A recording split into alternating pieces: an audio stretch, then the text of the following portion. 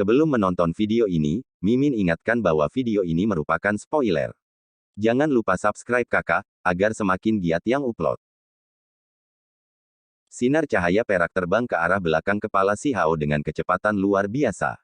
Itu disertai oleh embusan angin kencang dan mekar dengan simbol. Si Hao bergeser ke samping tanpa berbalik. Dia merentangkan lengannya dan menangkapnya di atas bahunya. Itu adalah panah perak panjang bertuliskan banyak simbol dengan penampilan mengkilap dan misterius. Sepertinya itu memiliki kekuatan untuk menembus daging binatang buas yang sangat besar. Dia berbalik tiba-tiba dan melemparkan panah ke satu arah. Panah perak sekarang terbang dengan kecepatan yang jauh lebih tinggi, menciptakan suara gemuruh di udara saat terbang. Sinar perak jauh lebih indah dari sebelumnya, melesat maju seperti bulan perak peledak. Itu tidak lagi tampak seperti panah, tetapi lebih seperti gunung perak yang hancur, menciptakan ledakan yang luar biasa. Mengikuti ledakan keras, sesosok tubuh tersandung ke belakang. Busur panjang dan perisai di tangannya meledak, dan dia terluka parah. Dia batuk seteguk darah. Makhluk itu bukan manusia, tetapi seorang ahli perkasa dengan sayap berbulu di punggungnya. Dia dari ras yang sama dengan pelayan yang jatuh ke magma saat itu. Dia adalah makhluk yang kuat, tapi si Hao masih lebih kuat. Apakah negara api menyatakan perang terhadap kita? Apakah Kaisar Api memintamu untuk menyergap kami di sini? Pria itu berkata dengan suara dingin. Dia tampak cukup muda, namun dia sangat arogan. Bahkan setelah terluka, ia mempertahankan sikap pantang menyerah dan dipenuhi dengan permusuhan. Itu konyol. Aku tidak tahu apa yang kamu bicarakan. Si Hao tidak bisa diganggu untuk berurusan dengannya. Dia malah menatap Divine Manor di bawah, takut kehilangan apapun. Danau magma di bawah berkilauan dengan riak-riak, dan sebuah istana samar-samar terlihat. Simbol meledak keluar dari istana, memberikan penampilan yang sangat misterius. Kabut dan lampu warna-warni secara bersamaan melonjak dari danau. Si Hao memusatkan pandangannya pada danau dan ingin pergi ke bawah permukaan. Pada saat singkat itu, lusinan orang telah tiba, dan mereka masing-masing mengambil posisi yang menguntungkan, siap bergerak kapan saja. Sinar cahaya keemasan bersiul di udara dengan kekuatan yang jauh lebih besar kali ini. Remaja di seberang danau mengeluarkan busur besar yang bahkan lebih berat daripada yang sebelumnya. Panah panjang yang ditembakkan keluar menyapu saat dikelilingi oleh simbol, menutupi langit. Pikiran si Hao terganggu. Dia mengangkat alisnya dan menatap remaja itu dan berubah menjadi cahaya yang berkedip, menuduhnya. Dia mencegat panah itu dengan keras dan dengan cepat menutupi jarak di antara mereka. Anak muda ini cukup kuat. Angin dan sayap petirnya mengepak dan menyerang si Hao seperti dua pisau lebar. Sementara itu, kilat menyilaukan dan menyilaukan berderak di udara, seolah-olah Dewa Guntur sendiri sudah gila. Si Hao akrab dengan guntur dan kilat juga. Membuat segel tangan dengan jari-jarinya, dia mengaktifkan teknik berharga Suanni di tangannya dan menarik baut yang tak terhitung jumlahnya ke tubuhnya. Dia kemudian menyerang dengan kepalan tangan dan memperbesar dampaknya dengan beberapa lipatan, melepaskan serangan guntur yang bahkan lebih ganas. Akhirnya, setelah pertukaran singkat, tinju si Hao menabraknya dengan kekuatan sedemikian rupa sehingga seluruh tubuhnya mulai pecah di seluruh. Dia terus mengambil langkah mundur dan mengeluarkan banyak darah. Tubuhnya hangus hitam, dan dia ingin membuka mulut untuk mengatakan sesuatu. Kamu, ini adalah satu-satunya kata yang berhasil dia keluarkan sebelum tubuhnya meledak menjadi genangan darah. Baik daging maupun jiwanya tidak selamat. Kerumunan itu membatu, mundur sekaligus. Mereka menyadari bahwa remaja itu adalah seorang ahli yang hebat dari luar daerah kritis dan bukan seseorang yang harus mereka macam-macam. Namun, mereka tidak pernah berpikir bahwa si Hao akan membawanya begitu cepat. Magma berdeguk, mengungkapkan istana di bawah. Itu adalah bangunan megah dan kuno yang secara mengejutkan tidak meleleh oleh magma. Gerbang istana sudah terbuka dan simbol-simbol menyembur keluar dari dalam. Pergilah. Akhirnya, seseorang tidak bisa menunggu lebih lama dan berusaha untuk menagih. Tidak ada terlalu banyak orang di sekitar saat ini. Hanya beberapa lusin yang telah tiba, menjadikan ini peluang besar. Jika ada terlalu banyak orang, tempat ini pasti akan jatuh ke dalam kekacauan, dan pertempuran sengit pasti akan pecah. Tidak ingin jatuh di belakang yang lain, semua orang di kerumunan memanggil artefak berharga mereka untuk perlindungan dan didakwa di istana. Si Hao juga bergerak, dia mengaktifkan murid ganda itu dan mengamati pemandangan di bawah, berharap untuk mengetahui lebih banyak tentang tempat ini. Murid tidak terhalang oleh magma dan bisa menembus semua kabut, dan bahkan cahaya ilahi yang beraneka warna tersebar di depannya. Itulah kemampuan dasar murid ganda, untuk melihat semua hal yang dibuat-buat dan mencapai diri mereka yang sebenarnya. Simbol menghalangi jalan, membuatnya sangat berbahaya. Dia segera menemukan beberapa kebenaran tentang tempat ini. Simbol dikemas padat di pintu masuk istana, dan mereka sangat rumit dan mendalam. Benar saja, di bawah perlindungan artefaknya yang berharga, seseorang berhasil melompat ke magma tanpa terbakar. Namun, ketika dia sampai di pintu masuk, dia mengeluarkan teriakan saat artefaknya yang berharga pecah. Kelompok itu dipaksa mundur. Sekelompok orang semuanya gagal. Dua dari mereka mencoba masuk dengan paksa, tetapi tidak hanya artefak berharga mereka dihancurkan, bahkan tubuh mereka berubah menjadi taburan tetesan hujan mengkilap sebelum menyebar ke danau magma. Itu kesusahan. Hanya mereka yang bisa selamat dari area simbol ini yang bisa masuk. Gumam seseorang. Mereka menyebar ke dalam kelompok-kelompok kecil dan berdiskusi dengan kenalan mereka, dan sebagai hasilnya, suasana yang sebelumnya tegang mereda. Paling tidak, mereka tidak lagi bertarung satu sama lain. Untuk bisa masuk, seseorang harus memiliki tubuh fisik yang cukup tangguh untuk menahan simbol kesengsaraan sementara juga memiliki teknik berharga yang luar biasa untuk terus-menerus memecah simbol yang diatur di depan gerbang. Ekspresi wajah semua orang berubah secara drastis pada kesimpulan itu, karena tubuh mereka jelas tidak cukup tangguh untuk menangani tekanan, apalagi memiliki kemampuan untuk memegang dan memahami simbol-simbol itu. Dari waktu ke waktu, beberapa orang akan pergi ke gerbang, tetapi mereka semua akan diledakkan. Simbol-simbol berputar dengan kecepatan yang menyilaukan dan hampir mustahil untuk diurai. Setelah menontonnya sebentar, Si Hao memutuskan untuk mengambil tindakan, karena fluktuasi kuat mendekat dari langit yang jauh dan lebih banyak orang berkumpul di sekitarnya. Lebih dari 100 orang telah tiba dalam waktu singkat ini. Penemuan Divine Manor adalah kesempatan langka. Semua yang mendengarnya akan senang dengan berita dan bergegas ke sini dengan kecepatan tinggi. Si Hao melangkah ke depan gerbang. Dia membuat segel tangan tanpa henti, lalu memukulnya dengan telapak tangannya. Simbol terbang satu demi satu yang hanya terdiri dari teks tulang paling primordial. Mereka tidak benar-benar mendalam, namun semuanya berhasil memasuki istana. Dia tidak mengandalkan tubuhnya yang keras, tetapi malah memutuskan untuk menyelesaikannya dengan simbol. Mereka bergabung, berevolusi, dan kemudian dihidupkan kembali. Itu adalah proses yang sangat rumit, dan semua konsentrasi Si Hao terfokus pada tugas ini. Dia menyimpulkan dan berasal tanpa henti, mengirimkan simbol dengan cepat untuk menghancurkan penghalang yang menutupi pintu masuk istana. Fluktuasi kuat datang dari jauh dan sosok emas muncul. Remaja itu terbungkus api keemasan dengan sepasang angin kuning cerah dan sayap guntur di punggungnya, seolah-olah mereka diusir dari emas ilahi. Saat sayap mengepak, 10.000 garis petir menyambar, menutupi seluruh langit. Meskipun usianya masih muda, remaja itu mengeluarkan aura yang sangat menakutkan yang membuat banyak remaja manusia bergidik. Kaki mereka hampir menyerah di bawah mereka saat mereka gemetar ketakutan. Beberapa remaja berdiri di belakangnya, semuanya menyerupai pemanah yang dibunuh oleh Si Hao saat itu. Tak satu pun dari mereka muncul, dan mereka mengikuti remaja itu dengan cermat. Kita harus masuk. Kita kehabisan waktu. Rambut emas menggantung longgar di punggungnya dan sayap emas mengepak di belakangnya. Remaja itu mengerutkan kening, dan dengan mengguncang sayapnya, puluhan ribu kilat turun ke langit. Dengan hong suara, langit dan bumi dikirim ke dalam kekacauan. Semua orang ketakutan. Dia tidak bisa menjadi seorang kultivator tingkat transformasi roh, karena aura ini terlalu kuat. Dengan mengepakkan sayap emas, kilat menyambar langit, dan mereka semua mendarat di depan gerbang istana untuk membunuh Si Hao. Itu adalah waktu yang penting baginya untuk memecahkan simbol-simbol itu. Si Hao tidak mundur, atau berbalik untuk melawan remaja itu. Sebagai gantinya, tubuhnya menyala, menciptakan spiral emas di sekujur tubuhnya untuk melucuti petir yang tak terhitung jumlahnya. Akibatnya, cahaya ilahi melonjak tiba-tiba di sekujur tubuhnya, sementara lautan guntur melahapnya, seluruh tubuhnya menjadi tembus cahaya, karena teknik berharga Kun Peng telah diaktifkan untuk menyerap listrik. Namun, ia terkejut dalam hati, karena remaja itu sangat kuat dan sulit dihadapi. Dia jelas telah mencapai alam Engrafemen. Berbalik, Si Hao menemukan seorang remaja yang tidak jauh lebih tua dari dirinya. Dia memiliki rambut keemasan longgar dan mata yang menakutkan.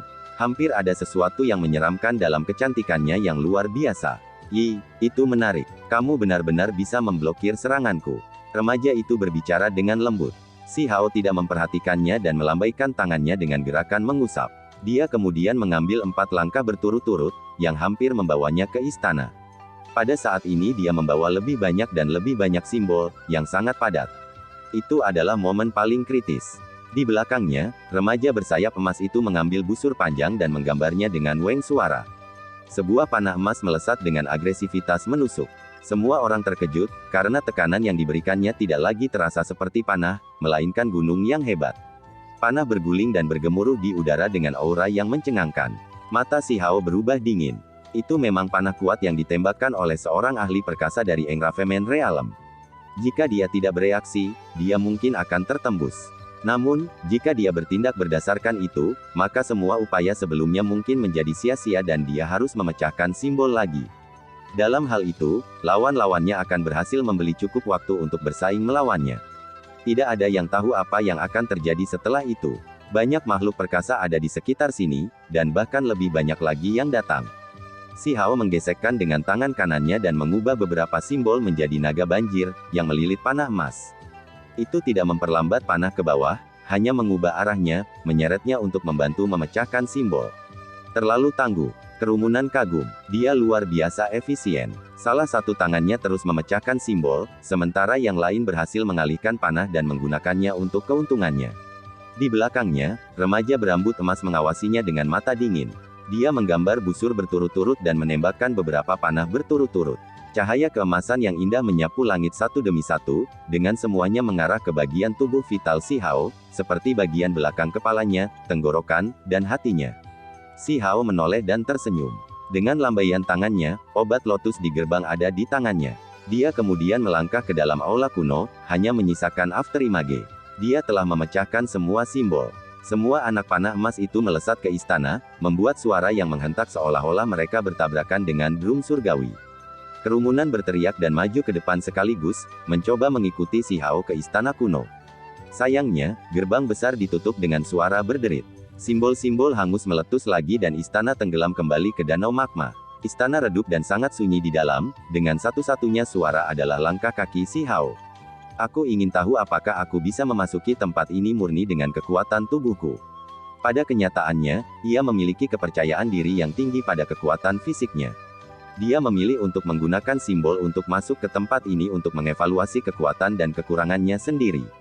Istana itu sangat besar, dan sudah bertahun-tahun sejak seseorang menginjakkan kakinya di sana. Berdiri di dalam seperti berdiri sendirian di dunia yang sepi. Dia berjalan maju dan menjelajahi dengan hati-hati di sepanjang jalan. Bangunan-bangunan di dalamnya kuno dan membusuk dari waktu ke waktu. Sebuah lampu minyak dengan nyala seukuran kacang berkedip-kedip di depannya di udara. Bisakah itu menjadi lampu ilahi? Si Hao terkejut. Sebuah objek umum tidak pernah bisa tetap dinyalakan dari zaman kuno sampai sekarang. Dia berjalan lebih dekat ke tempat lampu perunggu yang sangat tua diletakkan di atas platform batu. Lampu ditutupi debu, dan banyak simbol tertulis di atasnya. Itu hanya instrumen magis umum dan bukan objek ilahi. Setelah penjelajahan yang cermat, dia merasa agak kecewa. Namun, ketika dia melihat cairan di bawah lampuik, jantungnya berdetak kencang. Apakah itu darah ilahi? Lampu perunggu itu kuno namun biasa, namun cairannya benar-benar luar biasa. Meskipun hampir kering, sedikit yang tersisa masih cukup kuat untuk membuat satu bergidik, tekanan yang diberikannya sangat mencekik sehingga sulit untuk bernapas di sekitarnya. Cairan itu berada dalam genangan air yang agak gelap dan kurang berkilau, namun mengandung energi ilahi yang sangat kuat yang tidak menghilang setelah bertahun-tahun. Si Hao melepas sumbu dengan hati-hati dan mengambil lampu perunggu. Dia kemudian memeriksanya dengan cermat dan menemukan fluktuasi yang menakutkan. Aku tidak bisa memakannya seperti ini. Aku akan menyimpannya untuk nanti. Aku mungkin bisa memanfaatkannya dengan baik di masa depan. Dia meletakkannya di langit dan kantong bumi dan melanjutkan. Mereka yang mengenalnya pasti akan mengutuk diam-diam. Apakah ada sesuatu yang tidak berani dia makan? Dia membuang darah ilahi bertinta untuk sementara waktu dan beralih ke obat lotus, yakin bahwa ini bisa dimakan. Setelah dipelihara oleh danau magma, warnanya telah berubah dari biru menjadi putih keperakan. Kaca, seolah mengunyah kol, dia mengunyahnya kengci-kengci terdengar. Dia menemukan bahwa rasanya tidak terlalu buruk. Lampu warna-warni yang indah mengalir di mulutnya. Ini jauh lebih kuat daripada obat spiritual yang biasa. Ada jenis energi suci yang terkandung di dalamnya. Si Hao dengan cepat membuat evaluasi. Lalu dengan lantang hong suara, cahaya ilahi meletus dari dalam dirinya, mengelilingi tubuhnya. Dia menyadari bahwa kekuatan obat bahkan lebih besar dari apa yang dia harapkan. Dia dengan cepat duduk dalam posisi bersila dan mulai membimbing obat, menyaringnya ke dalam dagingnya dan menyegelnya di dalam tulangnya. Itu disimpan untuk diamankan melalui metode yang sama yang dia gunakan untuk anggur yang dianugerahkan oleh Kaisar Batu. Itu bukan waktu yang tepat untuk masuk ke dunia engravemen sekarang. Jika dia membiarkan kekuatan ilahi mendapatkan jalannya, basis budidayanya akan maju sekaligus. Namun, dia masih sedikit tidak mau melakukannya karena dia ingin menerobos batas wilayah kultivasi ini. Aula besar itu sangat luas dan redup. Si Hao berdiri dan berjalan lebih jauh ke dalam, dan hanya gema langkah kakinya yang bisa terdengar. Dia akhirnya mencapai sudut terdalam dan menemukan beberapa sajadah yang telah lama tertutup debu. Selain mereka, ada juga baskom tanah liat yang diisi dengan abu gelap. Si Hao mencari tentang. Segera setelah itu, giginya terasa sakit saat dia berteriak keras. Ada setengah halaman perkamen yang tidak rusak, dan itu adalah halaman sampul. Di atas hanya ada 2 kata, dewa. Sayangnya, sisanya dihancurkan dalam api dan tidak lagi dikenali, yang benar-benar membuatnya ingin melolong dengan kekecewaan. Tidak perlu seorang jenius untuk menyadari sesuatu yang vital pasti telah dicatat dalam buku ini, namun sekarang, semuanya telah dibakar menjadi abu. Mengapa itu harus dihancurkan? Si Hao tidak puas, namun dia juga benar-benar tidak berdaya. Seolah-olah dia menemukan harta karun, tetapi hanya bisa menyaksikan ketika emas, perak, dan harta dilemparkan ke gunung berapi. Si Hao mencari di sekitar tempat ini dan menemukan itu sangat luas. Beberapa patung dewa diabadikan di tingkat teratas dari aula besar, tetapi mereka semua dipenggal dengan hanya setengah dari tubuh mereka yang tersisa. Siapa yang akan melakukan hal seperti itu? Tampaknya sangat tidak sopan. Dia masih tidak mau menyerah dan mencari di aula berulang-ulang, berharap menemukan sesuatu yang bermanfaat. Sayangnya, tidak ada barang berharga yang tertinggal. Bukankah mereka mengatakan bahwa jika seseorang beruntung, mereka dapat memperoleh warisan kuno atau bahkan semacam kemampuan ilahi yang hebat? Si Hao merasa agak sial, karena dia tiba-tiba tidak mendapatkan sesuatu yang hebat seperti itu. Dia menggertakkan giginya dengan frustrasi. Pada akhirnya, dia masih tidak memiliki siapapun untuk bergantung kecuali dirinya sendiri. Daripada bergantung pada sesuatu yang lain, ia lebih baik mengambil inisiatif untuk berkultivasi sepenuh hati di sini. Ketika dia berada di luar, dia mendengar orang-orang mengatakan bahwa beberapa hari kultivasi di sini akan setara dengan berbulan-bulan panjang pengasingan di dunia luar, dan pelatihan di sini akan menghasilkan hasil yang mengejutkan. Dia menenangkan pikirannya dan menenangkan dirinya. Dia kemudian memilih untuk duduk di tengah ruangan untuk memulai kultivasinya yang terpencil. Dia mengolah dao sendiri, dan memilih jalannya sendiri. Untuk mencapai batas kesempurnaan di alam transformasi roh, seseorang harus menyelesaikan 3 tahap secara bergantian, yang merupakan spiritualisasi dari tubuh fisik, perombakan diri yang sejati, dan memberi makan roh-roh di dalam petikan surga. Si Hao telah mencapai keadaan legendaris di ketiga tahap, dan apa yang dia butuhkan sekarang adalah terobosan. Dia akan melampaui batasan dan mencapai level yang belum pernah dicapai sebelumnya. Jika ada orang lain yang tahu tentang ini, mereka pasti akan berpikir bahwa dia gila. Orang seperti apa yang akan begitu sombong untuk berpikir bahwa ia dapat melampaui batas? Memangnya dia pikir siapa dia? Pada kenyataannya, si Hao sebenarnya sangat serius tentang ini. Dia telah berangkat di jalan untuk menembus batas dan menciptakan legenda baru. Selain itu, dia tidak berpikir bahwa dia adalah orang pertama yang mencoba hal seperti itu, pasti ada orang lain yang mencapai ini sejak zaman kuno, hanya saja mereka tidak ingin meninggalkan catatan prestasi mereka. Jenis pencerahan ini adalah perjalanan yang penuh dengan kesunyian dan kesepian, serta proses di mana seseorang dengan sengit berjuang untuk mendapatkan harapan. Itu adalah sesuatu yang hanya bisa dia hadapi sendiri. Itu akan membutuhkan kemajuan dalam tubuh dan pikiran, serta semangat yang sangat tenang. Hanya dengan menyatukan pikiran dan tubuhnya untuk mencapai kondisi mental yang paling harmonis dan jernih, percikan wawasan akan muncul, yang memungkinkannya menjalani transformasi. Di dalam aula besar yang redup, seluruh tubuh si Hao bersinar. Cahaya itu tidak menyala terang, tetapi malah bersinar dengan damai. Itu menyerupai gumpalan api ilahi yang berdenyut yang membawa harapan dan vitalitas ke tempat yang damai ini. Tubuh fisiknya cukup kuat dan bisa dianggap telah melampaui batas untuk saat ini. Selama proses kultivasi dari alam transformasi darah ke alam passage surgawi, kemudian ke alam transformasi spirit, baik organ internal dan tulangnya telah diperkuat ke puncak kesempurnaan. Namun sekarang dia ingin menjalani transformasi lagi, apalagi yang bisa dia lakukan? Si Hao membalik pertanyaan itu di kepalanya saat dia terus bermeditasi, membiarkan makna mendalam dari simbol-simbol berkeliaran di benaknya. Dia penuh energi, dan seluruh keberadaannya tampaknya telah naik ke tingkat lain. Terlepas dari tubuh fisik aku, kekuatan kesadaran spiritual aku juga telah mencapai batas. Sulit berkembang lebih jauh, jadi apalagi yang bisa aku lakukan? Petik 2. Dia telah mencapai akhir perjalanan baik secara fisik maupun spiritual. Sekarang dia telah mencapai kesempurnaan dalam transformasi spiritual dan berada pada kondisi legendaris, bagaimana dia bisa menembus lebih jauh. Pikiran-pikiran ini terus-menerus terlempar dalam benaknya, dan pada akhirnya, ia memutuskan bahwa untuk maju lebih jauh, ia harus membuka ranah baru. Terlalu sulit untuk membawa tubuh fisik atau pikiranku ke tingkat selanjutnya, jadi aku hanya bisa menyesuaikan kultivasi Dao. Aku perlu menemukan rute alternatif untuk menonjol dari orang lain. Petik 2. Fondasi hukum-hukum alam dan Dao terletak dalam teks-teks tulang, yang berasal dari garis-garis cahaya ilahi. Setelah beberapa pertimbangan serius, Si Hao mengambil bidang kultivasi besar, alam Engrafemen, dan mulai mempelajarinya. Saat Si Hao duduk diam dan bermeditasi, seluruh aula besar terasa sangat berbeda. Gelombang nyanyian meditatif bisa didengar, menempatkan satu dalam suasana unik yang mempercepat pemahaman seseorang tentang Dao. Itulah sebabnya aula besar ini sangat berharga. Itu adalah ruang pemahaman Dao dari zaman kuno. Efek meditasi di sini selama 1 hari setara dengan lusinan di luar. Benar-benar mengejutkan. Sayangnya, begitu aula besar dibuka dan digunakan sedemikian rupa, ruang pemahaman Dao akan segera runtuh dan berubah menjadi reruntuhan. Itu bisa ada hanya untuk beberapa hari. Konsumsinya benar-benar luar biasa. Istana ini dibangun dari harta langka dan simbol rahasia yang tak terhitung jumlahnya. Si Hao akan mengerutkan kening atau tersenyum dari waktu ke waktu tanpa menyadarinya sendiri. Dia telah melampaui kondisi Dao yang aneh dan tak henti-hentinya memahami hukum alam dan Dao. Dia telah menemukan jalan setapak dan tiba di pintu masuknya. Saat ini, ia mencoba berbagai hal, dan pikirannya secara bertahap menjadi lebih dan lebih tenang. Si Hao berjalan di jalurnya sendiri dan memahami hukum alaminya sendiri. Dia mempelajari True Primordial Record, dan menganalisis teknik berharga Kunpeng. Makna simbol-simbol yang mendalam dan misterius dilemparkan ke dalam kepalanya, memberinya banyak wawasan. Alam kultivasi besar berikutnya. Semua yang aku lakukan adalah persiapan untuk dunia kultivasi yang hebat ini.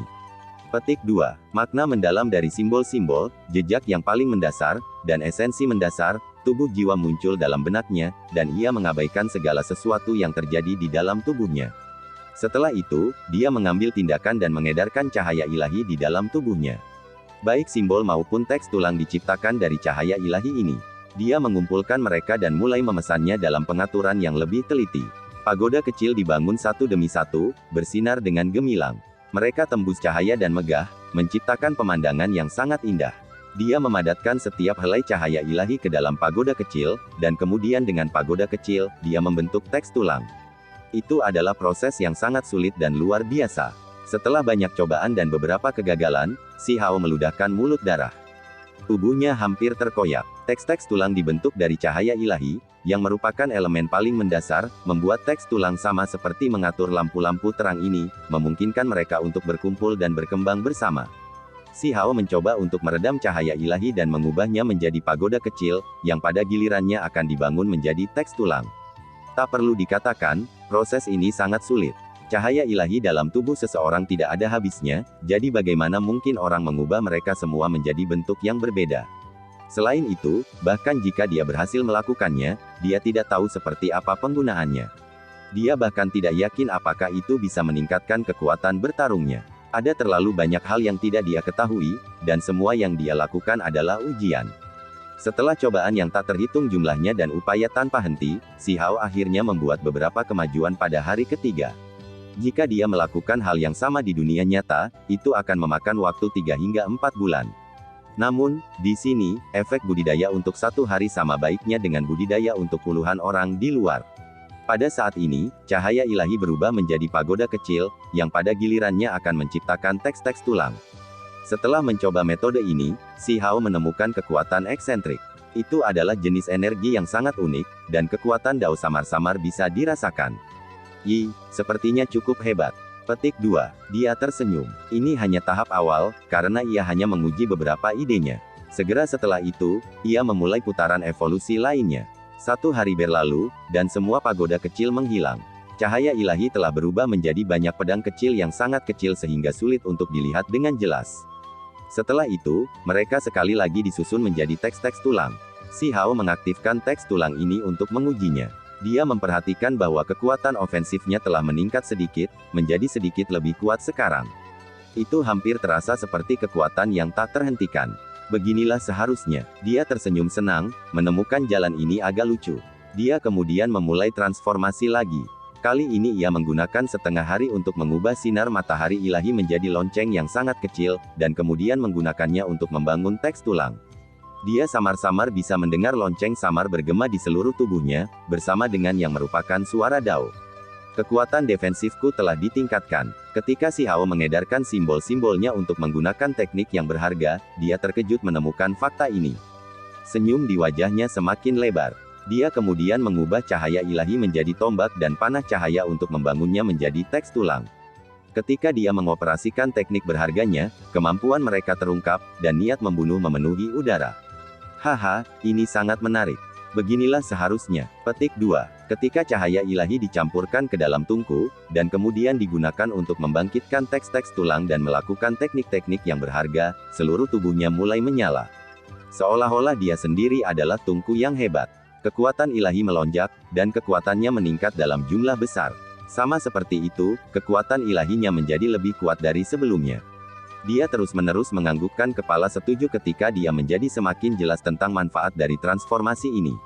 Dia berulang kali merenung dan melakukan lebih banyak tes. Matanya menjadi lebih cerah dan lebih cerah, karena pemahamannya semakin dalam dan semakin dalam. Dia tahu bahwa dia telah mendapat banyak manfaat saat ini. Menempur cahaya ilahi yang kecil adalah proses yang sangat teliti dan sulit, tetapi itu memberinya secercah harapan, karena ini bisa meningkatkan kekuatannya. Namun, itu benar-benar sulit. Akhirnya, ketika Si Hao berkultivasi dan teks-teks tulang beredar di dalam daging dan vesselnya, pagoda kecil yang tak terhitung jumlahnya bergerak, lonceng kecil tak berujung bergema, dan banyak tungku kecil terbakar. Transformasi tiada hentinya telah menghasilkan berbagai efek. Ketika sinar matahari ilahi diubah menjadi senjata seperti pedang, tombak, dan tombak, serangannya akan menghasilkan lebih banyak kekuatan. Ketika diubah menjadi tungku, kekuatan ilahinya juga akan meningkat. Ketika itu berbentuk lonceng, kekuatan pertahanannya akan ditingkatkan. Bentuk yang berbeda akan menciptakan efek yang berbeda. Dia masih berusaha membiasakan diri dengan segalanya. Awalnya lamban, tapi akhirnya, dia bisa dengan cepat dan lancar mengoperasikannya. Akhirnya, Si Hao dapat dengan mudah beralih di antara pedang, bel, pagoda, dan tungku, ke titik di mana mereka dapat secara bersamaan muncul. Sudah 7 hari sejak dia masuk, dan aula besar belum runtuh. Jika dia berada di dunia nyata, 8 atau 9 bulan akan berlalu sekarang. Hanya di tempat seperti ini, Si Hao bisa melupakan yang lain dan dengan mewah membenamkan dirinya dalam eksperimennya sesukanya. Dia tidak akan pernah berani menghabiskan waktu seperti ini di dunia luar. Tak perlu dikatakan, keuntungannya dari tempat ini adalah astronomi. Akhirnya, tidak hanya cahaya ilahi, simbol, dan teknik berharga yang terpengaruh, bahkan kekuatan mentalnya diuji dengan transformasi ini. Api spiritual menyala di dalam benaknya, kadang-kadang, itu akan berubah menjadi tungku kecil yang tak terhitung jumlahnya, di lain waktu itu akan berubah menjadi puluhan ribu pedang kecil. Transformasi berubah tak terduga, dan mereka sangat kuat. Dia akhirnya menyadari bahwa ini adalah proses penguatan bagi tubuh fisiknya juga. Ketika cahaya ilahi berubah menjadi pedang, pagoda, lonceng, dan kuali, daging dan darahnya digunakan sebagai media. Ketika berbagai bentuk bergerak di dalam dirinya, tekanan pada tubuh fisiknya akan diperkuat. Tekanan semacam ini akan mengubah tubuh fisiknya dan membuatnya lebih tangguh. Ini, Si Hao kagum. Tes kecil untuk mengubah garis-garis cahaya ilahi yang tak terhitung jumlahnya menjadi bentuk-bentuk yang berbeda telah menyebabkan transformasi besar. Waktu berlalu, lebih dari 10 hari kemudian, retakan muncul di dalam istana besar, tetapi masih belum siap untuk runtuh. Itu benar-benar melebihi semua harapan, karena berdasarkan lokasi masa lalu, tempat seperti ini seharusnya berubah menjadi reruntuhan setelah beberapa hari. Setelah upaya setengah bulan, Si Hao kadang-kadang menyerupai lonceng besar dan kadang-kadang mengatur tubuh dan semangatnya dalam api seperti tungku. Adegan itu misterius dan mencengangkan. Dia tahu bahwa dia telah berhasil dan menerobos batas alam transformasi spiritual. Dari tubuh dan rohnya ke hukum alam, semuanya telah berubah, menjadi sedikit berbeda dari sebelumnya. Selain itu, dia tahu bahwa ini hanyalah permulaan. Begitu dia memasuki ranah engrafemen, dia bisa menguji lebih banyak hal yang bahkan lebih berdampak dari ini. Lebih dari 10 hari telah berlalu sejak dia memasuki istana kuno ini. Si Hao menerobos batas, dan seluruh tubuhnya bersinar. Dia tampak seperti tungku, tampak jauh lebih kuat dari sebelumnya. Setelah mencapai kesempurnaan dalam bidang transformasi spiritual, ia akhirnya berhasil menembus lagi dan meningkat pesat. Ini benar-benar kemajuan besar, membuatnya jauh lebih kuat. Ketika Si Hao mengangkat kepalanya untuk melihat-lihat, dia menyadari bahwa retakan besar telah muncul di mana-mana dan tempat ini berada di ambang kehancuran. Bertahan selama lebih dari 10 hari sudah merupakan prestasi yang langka, karena tempat-tempat seperti ini akan selalu runtuh setelah beberapa hari. Dia mendorong membuka pintu dan berjalan keluar. Istana runtuh di belakangnya, membuat suara keras saat jatuh ke reruntuhan. Pada saat ini, dia bisa masuk ke dunia Engrafemen, tetapi tidak ada waktu. Istana telah berubah menjadi reruntuhan, jadi dia harus mencari tempat lain yang cocok untuk ditanami. Sehari di sini sama dengan 10 hari kerja di dunia luar. Membangun istana seperti ini memakan bahan yang sangat langka dan berharga. Untuk kekuatan biasa, mereka bahkan tidak akan berpikir untuk membuat tempat seperti itu, karena tidak ada cara yang bisa menanggung biaya seperti itu. Dunia ini adalah salah satu keseimbangan. Untuk mendapatkan waktu kultivasi yang berharga, jumlah materi surgawi yang tidak terbatas harus dihancurkan. Keuntungan hampir tampaknya tidak menebus kerugian. Magma melonjak ke depan, sekarat di area besar berwarna merah. Si Hao mengangkat penghalang di sekitar tubuhnya dan berjalan melalui danau magma. Dia melonjak ke atas dan meninggalkan daerah ini. Dia keluar. Seseorang berteriak. Ada pembudidaya yang mengamati daerah ini di luar istana. Garis cahaya terbang melewati. Itu adalah panah emas yang sangat menyilaukan, dan dilepaskan oleh seseorang yang menginginkannya mati. Si Hao menghindarinya. Tatapannya melotot dan memperhatikan bahwa justru si pemuda berambut emas, yang berdiri di kejauhan dengan busur besar di tangan. Seluruh tubuhnya dikelilingi oleh cahaya keemasan. Kamu benar-benar benci hidup, bukan? Aku akan mengabaikan fakta bahwa kamu menyerang aku sebelumnya, namun kamu masih berani melakukannya lagi. Si Hao berbicara dengan lembut sambil menatapnya dengan tenang.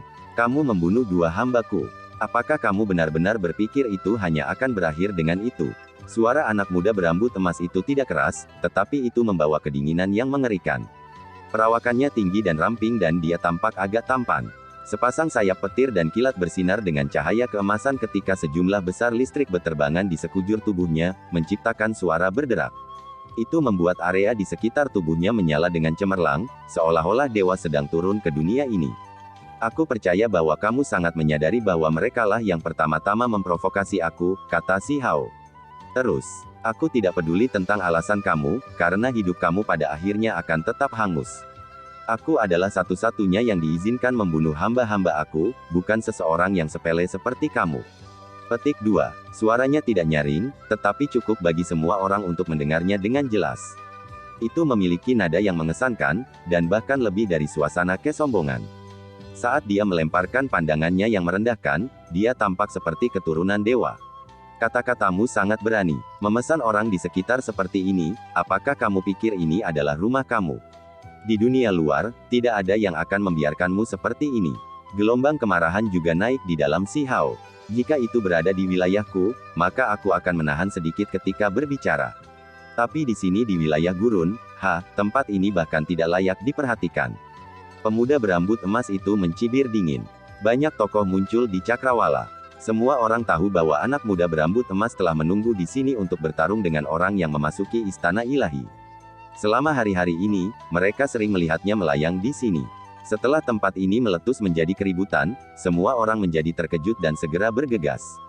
Mereka ingin menyaksikan pertempuran ini. Tuan muda, tolong cepat dan singkirkan dia.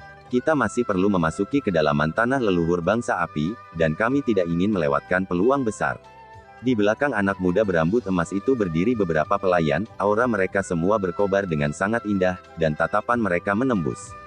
Baik, kita sudah tinggal di sini cukup lama. Kita akan melanjutkan perjalanan setelah membunuhnya. Pemuda berambut emas itu berbicara seolah-olah dia sedang mengurus masalah yang tidak penting. Dia bertukar busur yang berbeda. Busur itu agak kusam dan tanpa kilau, dibuat dari bahan yang tidak diketahui. Namun, ketika dia mengetuknya dengan ringan, suara logam bisa terdengar. Dia mengambil panah dan meletakkannya di haluan. Ketika dia dengan lembut menariknya, aura yang tak terlukiskan segera muncul di antara langit dan bumi. Setelah itu, auman naga banjir bisa terdengar. Semua orang terengah-engah dan menatap busur besar itu. Adegan ini terlalu mengejutkan. Tali busur berkilau dan tembus pandang berubah menjadi naga banjir. Itu meraung dan melepaskan gelombang kekuatan ilahi yang mengejutkan. Pada saat yang sama, seekor naga banjir yang lebih besar muncul. Itu diciptakan dari cahaya warna-warni ilahi dan sebesar gunung saat menggantung di udara untuk melindungi anak muda berambut emas. Adegan semacam ini, benar-benar sedikit mengejutkan. Semua orang mengerti dengan jelas bahwa busur itu memiliki sejarah yang mencengangkan. Itu kemungkinan besar dibuat dari tendon naga banjir, itulah mengapa ia menciptakan kekuatan semacam ini. Kalau tidak, bagaimana mungkin ia begitu kuat? Si Hao mengungkapkan ekspresi serius. Seluruh tubuhnya bersinar dan berputar dengan cahaya saat dia menatap ke depan. Tali busur ditarik kembali sampai membuat lengkungan penuh. Aura berkobar bahkan lebih megah, melepaskan deru naga banjir besar. Naga banjir besar turun ke langit dan melihat semuanya. Sinar keemasan gemerlap terbang dengan kecepatan ekstrim. Kekuatan ilahinya sangat menakjubkan dan hampir tak terbendung. Ekspresi Si Hao berubah. Kekuatan panah ini sangat hebat, dan busur lawannya jelas merupakan artefak pembunuhan yang hebat. Dia memutuskan untuk tidak menghadapinya secara langsung dan bergeser ke samping. Ada yang besar hong terdengar, dan ketika ledakan terdengar, seberkas cahaya keemasan melintas. Angin panik mengaduk-aduk, menyebabkan puing-puing terbang kemana-mana. Magma melayang ke langit dari genangan magma. Kekuatan panah ini tidak ada bandingannya. Itu adalah artefak magis yang sangat menakutkan. Di Cakrawala, sebuah bukit kecil hancur berantakan. Ini adalah kekuatan panah, mampu meluruskan gundukan. Namun, tidak berhenti sampai di situ saja. Cahaya emas ilahi kembali dan sekali lagi menembak ke arah Si Hao. Itu menarik busur karena menembak balik dengan kekuatan yang tampaknya tidak melemah sama sekali. Si Hao meraung. Cahaya warna-warni ilahi melonjak dari mulutnya dan berubah menjadi perisai cahaya. Itu dilindungi di depannya untuk secara paksa memblokir panah ini. Perisai cahaya pecah terpisah. Panah itu sangat menakutkan, dan ketika mendekat, kedua tangan Si Hao bergabung bersama. Xuan Ni yang bergunung-gunung muncul dan menggigit panah. Sebuah ledakan luar biasa meletus di sini. Petir mengalir seperti ombak saat menutupi langit. Xuan Ni ungu hancur, menjadi aliran listrik yang tak berujung. Sementara itu, panah juga menjadi redup dan berubah menjadi bintik-bintik cahaya sebelum menghilang. Di kejauhan, semua orang tercengang. Kekuatan panah ini luar biasa. Dengan hanya gambar busur biasa, panah yang dilepaskan setara dengan teknik ilahi yang hebat, menghancurkan teknik berharga Xuan Ni. Ekspresi Si Hao menjadi lebih serius. Dia berdiri di tempat dan menatap pemuda berambut emas itu. Ini adalah lawan yang menakutkan. Dia tidak meremehkan lawannya. Lawan yang menakutkan itu muncul tepat setelah dia keluar dari pengasingan, dan pertempuran besar tidak bisa dihindari. Ini bukan seseorang di alam transformasi spiritual, tetapi seorang ahli dari dunia Engrafemen. Lucu, kamu tidak buruk, tetapi masih jauh dari cukup. Panah milikku ini bahkan tidak menampilkan 10% dari kekuatan ilahi. Apakah kamu bisa melanjutkan? Pemuda berambut emas itu mencibir dan mencemooh. Ketika kata-kata ini diucapkan, semua orang di kejauhan ngeri. Seberapa kuat anak muda ini? Apakah dia melebih-lebihkan atau apakah dia benar-benar memiliki kekuatan seperti itu? Jika kamu memiliki keterampilan maka datang saja dan bunuh aku. Jika kamu tidak memiliki kekuatan seperti itu, maka terimalah kematian. Si Hao menjawab tanpa tampak gugup sama sekali. Dia masih tampak tenang dan tenang. Overlay kekuatan ilahi, tingkatkan level. Pemuda berambut emas tidak terburu-buru menampilkan semua kekuatannya, dan sepertinya dia mengejek Si Hao, dia menarik busurnya lagi, sekali lagi melepaskan gemuruh naga banjir yang mengguncang dunia. Garis keemasan sinar ilahi melesat melintasi langit. Udara bersiul di belakangnya, membawa angin kencang. Selain itu, ia membawa kilat bersamanya kali ini saat menutupi langit. Ini adalah perwujudan dari kekuatan ilahinya. Dia memasukkan kekuatan atribut petir ke panah ini, membuatnya berkali-kali lebih kuat dari yang terakhir. Ekspresi semua orang berubah. Jika itu adalah seorang ahli realem transformasi spiritual normal, maka mereka pasti akan hancur berantakan. Mereka bisa merasakan fluktuasi yang menakutkan meskipun mereka berada jauh, membuat jiwa mereka bergetar. Bagaimana bisa seseorang menghadapi serangan seperti itu bahkan melawan kekuatan semacam ini? Ini tidak lagi tampak seperti panah, melainkan seperti naga banjir sejati. Ia meraung ke langit dan menyerbu ke arah pemuda manusia. Pecah. Si Hao berteriak keras, dan cahaya ilahi meletus dari tinjunya. Itu adalah petir dengan teknik Xuan Ni yang berharga di telapak tangan dan jari-jarinya. Tidak ada binatang buas yang dibangun, melainkan hanya berisi kedalaman simbol yang mendasar. Kabut melayang, dan simbol primordial muncul di atas tinjunya. Simbol ini mengandung kekuatan Xuan Ni ungu. Ini adalah salah satu kekuatan paling intrinsik di dunia. Simbol-simbol beredar, menolak panah emas. Setelah itu, tempat ini meletus dengan cahaya. Garis-garis emas muncul di dalam petir ungu saat bertabrakan dengan panah. Kaca. Akhirnya, panah itu patah. Itu hancur di udara, menyebar menjadi gelombang kekuatan petir dan ilahi. Cahaya keemasan bersinar dengan gemilang dan menenggelamkan langit dan bumi. Si Hao tidak bergerak dari posisinya. Dia tidak mengambil satu langkah pun karena dia sekali lagi menghancurkan panah. Kali ini, ekspresi anak muda berambut emas lawan berubah. Memblokir satu panah baik-baik saja, tetapi yang kedua juga rusak. Ini jelas tidak biasa. Kamu masih di dunia transformasi spiritual. Dia menjadi ragu. Benar, aku masih belum menggunakan semua kekuatan aku. Tidak perlu bagimu untuk ragu-ragu. Si Hao berbicara dengan sangat dingin. Pemuda berambut emas itu terkejut. Dia sudah memasuki alam Engrafemen, namun lawannya menggunakan budidaya transformasi roh untuk menerima serangan ini. Dia jelas bukan orang biasa, dan bakat alaminya mengejutkan. Jangan khawatir, masih ada beberapa panah lagi untuk kamu nikmati perlahan. Aku ingin melihat berapa lama lagi kamu bisa berjuang untuk itu. Ekspresi tak berperasaan dari pemuda berambut emas itu dipulihkan, dan tatapannya menjadi semakin menyeramkan. Weng, tali busur bergetar ringan, dan panah ketiga dilepaskan. Dia mengeluarkan teriakan nyaring, dan yang ilahi mungkin mengguncang bumi kuno ini. Auranya meletus, menghasilkan kekuatan yang luar biasa. Ini adalah serangan yang menakutkan dari seorang ahli realem Engrafemen. Meskipun dia masih menunjukkan hinaan, panah ini masih sangat berbeda. Kekuatannya meletus, menjadi jauh lebih kuat dari sebelumnya. Si Hao sangat khawatir. Seluruh tubuhnya bersinar, dan cahaya ilahi melonjak, membentuk lonceng kecil satu demi satu. Dia sekarang benar-benar berbeda, dan seluruh tubuhnya sekarang bersinar dengan gemilang. Suara bel yang keras bisa terdengar. Ini adalah dao yang dia pahami, dan itulah yang dia gunakan untuk menembus batas alam transformasi spiritual dan membangun legenda baru. Saat ini, setiap helai cahaya ilahi di tubuhnya diubah menjadi lonceng kecil dan kemudian diubah menjadi teks tulang. Mereka bersirkulasi melalui dagingnya, dan saat menyatu dengannya, seluruh tubuhnya tampaknya telah berubah menjadi bel dao emas. Ini adalah, pemuda berambut emas itu terkejut. Kinerja lawannya melebihi harapannya. Seluruh tubuhnya tampaknya memiliki semacam dering ilahi yang menakutkan, dan auranya sangat kuat. Itu bahkan membuatnya, seorang penggarap realem Engrafemen, bergetar. Kekuatan macam apa ini? Lonceng besar bergemuruh dan meletus dengan sinar yang tak berujung. Bisa juga dikatakan bahwa itu adalah tubuh si Hao yang bergemuruh dan melepaskan fluktuasi tak berujung seperti bel ilahi. Riak emas menyebar keluar untuk memblokir panah itu.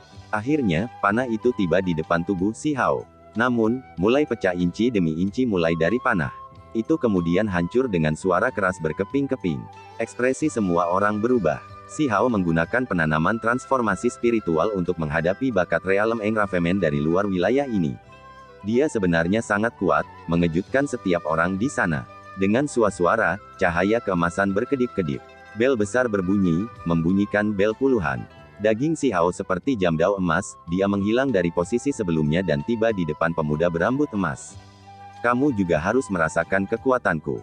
Ketika kata-kata dingin ini diucapkan, auranya tampaknya telah benar-benar berubah. Lonceng emas menghilang, dan cahaya ilahi di dalam tubuhnya membentuk pedang kecil satu demi satu. Teks-teks tulang beredar, membuat seluruh keberadaannya tampak berbeda. Pada saat ini, dia mengungkapkan kekuatannya. Dia naik ke langit seperti pedang abadi dan dengan cepat merobohkannya. Cahaya ilahi yang cemerlang diretas tanpa henti. Anak muda berambut emas itu sangat kuat dan terkenal di luar wilayah ini. Namun, pada saat ini, dia sangat terkejut dan dengan cepat menghindar. Namun, dia masih diserang oleh serangan ini. Rambutnya yang keemasan terbang dengan kacau ketika darah mengalir dari